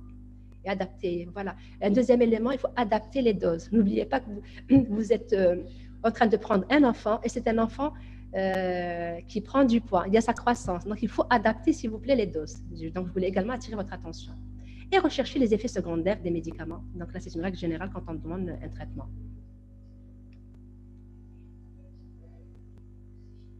Donc, le pronostic dépend essentiellement de l'étiologie, d'accord, mais également de la prise en charge. Voilà. Donc, ça, c'est important. La prise en charge est importante. Donc, là, c'est juste pour vous montrer un défibrillateur. Dans les troubles, certains troubles du rythme, il y a le défibrillateur. Voilà. Là, c'est pour la pompe cardiaque artificielle. Ça existe à l'étranger. Donc, on peut le mettre d'une manière temporaire, mais sinon, en attendant la greffe cardiaque. Comme je vous ai dit tout à l'heure, la transplantation cardiaque, dans les recommandations, quand il y a une défense cardiaque réfractaire, c'est la transplantation. Mais malheureusement, pour l'instant, ce n'est pas notre médecine. Il ne faut pas donner de faux espoirs pour les parents. C'est vraiment très, très contraignant. Alors, il faut donner des immunosuppresseurs à vie. Ça peut augmenter le risque des infections, les problèmes rénaux, les problèmes néoplasiques. Et il faut des critères vraiment très, très stricts pour voir si un enfant est sujet à une transplantation ou pas. Donc, quand vous discutez avec les parents, il ne faut pas trop leur donner d'espoir dans ce sens-là. Voilà. Et je vous remercie. Voilà. Merci, Dr. Hamedouche. On va passer à la thématique. L'urgence cardiaque, c'est les urgences cardiologiques néonatales avec le professeur Benalla. Et on va finir par des cas cliniques en cardiologie pour résumer tout ce qu'on vient de voir.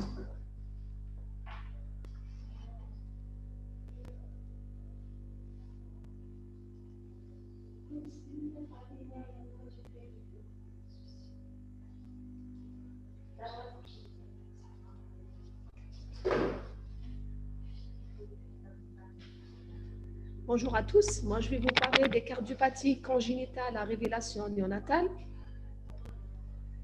avec une prévalence de presque 1% par naissance vivante. Les cardiopathies congénitales sont les plus fréquentes des malformations congénitales.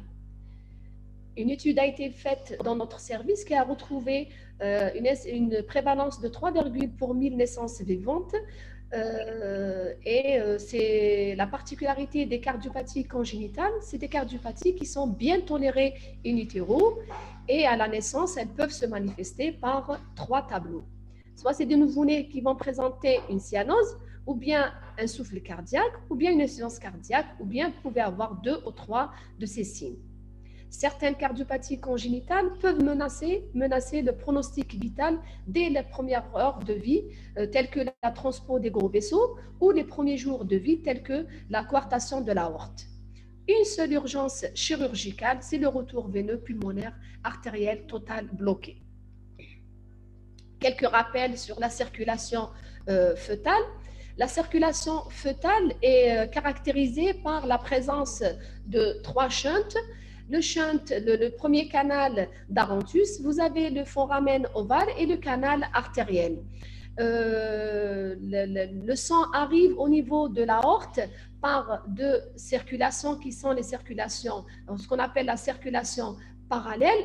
Le sang arrive au niveau de la veine cave inférieure par le biais de canal d'Arantus qui atteint l'oreillette droite. Une partie du sang va passer dans l'auget puis dans le ventricule gauche et va se propulser dans l'aorte. Une autre partie qui passe de l'oreillette droite dans le VD et il va être propulsé dans l'artère pulmonaire pour rejoindre le canal artériel pour passer au niveau de l'aorte. La saturation in utero dans l'aorte ascendante est de 65%. Vous avez, rappelez-vous, de cette hypoxie fœtale qui est tout à fait physiologique. La deuxième particularité de la circulation fœtale, c'est le débit pulmonaire qui est de 7 à 10% de débit circulatoire, vu que les poumons in utero ne sont pas fonctionnels. Une partie de sang désaturé va passer dans l'aorte descendante pour rejoindre les artères ombilicales et arriver au niveau du placenta où se fait l'oxygénation du sang fœtal. La circulation transitoire, il y a 2 phénomènes qui surviennent à la naissance, c'est le clampage du cordon ombilical et la mise en place de la respiration qui survient après les premiers cris. La mise en place de cette respiration va entraîner une résorption du liquide pulmonaire et un établissement de la capacité résiduelle fonctionnelle et une chute de résistance pulmonaire, l'ouverture du lit capillaire pulmonaire qui va entraîner une augmentation du retour veineux pulmonaire. Par conséquent, vous allez avoir une augmentation de la pression au niveau de l'oreillette gauche et au niveau de l'aorte.